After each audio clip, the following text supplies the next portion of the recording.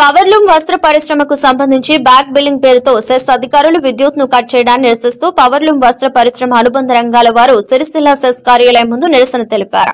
ఇటీవల సిరిసిల్లలో నిర్వహించిన కార్యక్రమంలో సెస్ బ్యాక్ బిల్లింగ్ సమస్యను పరిష్కరిస్తామని తెలిపిన సెస్ అధికారులు ఎందుకు అత్యుత్సాహం ప్రదర్శిస్తున్నారని వెంటనే బ్యాక్ బిల్లింగ్ ను రద్దు చేసి వస్త్ర పరిశ్రమకు సహకరించాలని ఈ సందర్భంగా వారు ఆవేదన వ్యక్తం చేశారు.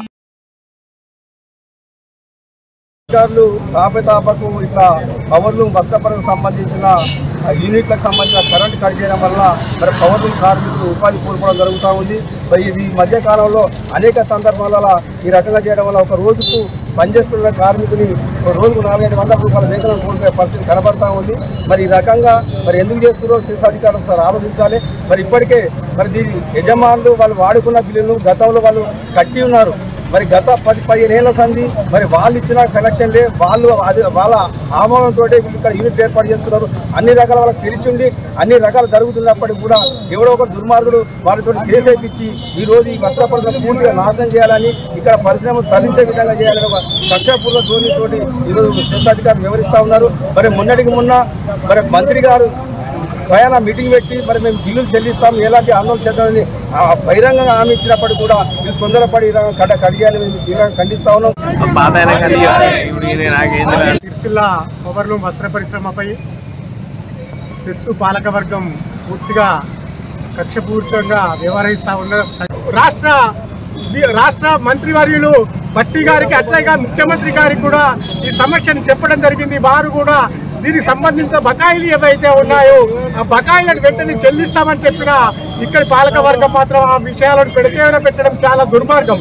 అదే క్రమంలో ఈ సెస్ పాలకవర్గానికి మేము విన్నవించేది ఏంటంటే ఈ ప్రాంతం అంతా కూడా సిరిసిల్ల కూడా ఈ వస్త్ర పరిశ్రమపై ఆధారపడే జీవిస్తూ ఉన్నారు.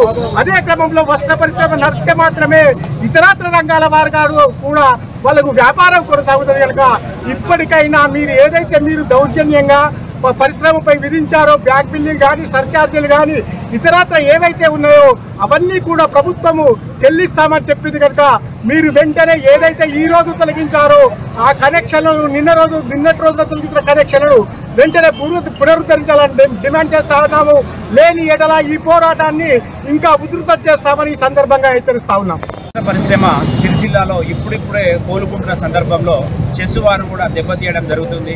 ఎన్నో సంవత్సరాల నుంచి బిల్లు పెండింగ్ అని పెట్టి మా మీద అధిక భారాన్ని మోపి మేము ఎప్పుడో ఆ గుడ్డ తయారు చేసి గవర్నమెంట్కి కావచ్చు మార్కెట్లో కావచ్చు అమ్ముకున్న గుడ్డకు ఇప్పుడు మీరు 2016 నుంచి బ్యాక్ బిల్లింగ్ కట్టాలని మాకు తెలియకుండానే ఈ బ్యాక్ బిల్లింగ్ భారాన్ని పై మోపడం వల్ల మా వస్త్ర పరిశ్రమ పూర్తిగా కుదేలవుతున్నది. ఈ విషయాన్ని మేము ప్రభుత్వ దృష్టికి తీసుకెళ్లానే వాళ్ళు కూడా స్పందించి దీన్ని క్యాబినెట్లో పెట్టి మొన్న రోజున కూడా దీని శాఖ మంత్రులు అంటే తుమ్మల నాగేశ్వరరావు గారు వచ్చి వివరణ ఇచ్చి ఈ శాఖ మంత్రులు స్పష్టంగా చెప్పినా కూడా ఈ చెస్ వాళ్ళు మొండి వైఖరిగా ఈరోజు కట్ చేయడం అనేది చాలా దుర్భరము. ఎందుకంటే వ్యవస్థ పూర్తిగా సిరిసిల్లపై చుట్టుపడి గ్రామాలపై ఆధారపడుతున్న ఒక వస్త్ర పరిశ్రమనే వ్యవసాయం తక్కువ ఉంది సిరిసిల్ల ప్రాంతంలో. చాలా సిరిసిల్లలో ఈ ఒక్క వస్త్ర పరిశ్రమనే చాలా అందరికీ వెసులుబాటు కల్పిస్తుంది. ఆర్థికంగా కావచ్చు వాళ్ళందరికీ పని కల్పించేది ఒక వస్త్ర పరిశ్రమ. దీన్ని దృష్టిలో పెట్టుకొని మినిస్టర్ గారు కూడా చెప్పడం జరిగింది. కాబట్టి దీన్ని చెస్ వాళ్ళు మొండి వైఖరిగా మానుకొని సిరిసిల్ల వస్త్ర పరిశ్రమ పునరుద్ధరించి పూర్వ వైభవం లాగా దీన్ని ఆదుకోవాలని వారి మేము అందరము సన్వయంగా కూర్చున్నాం.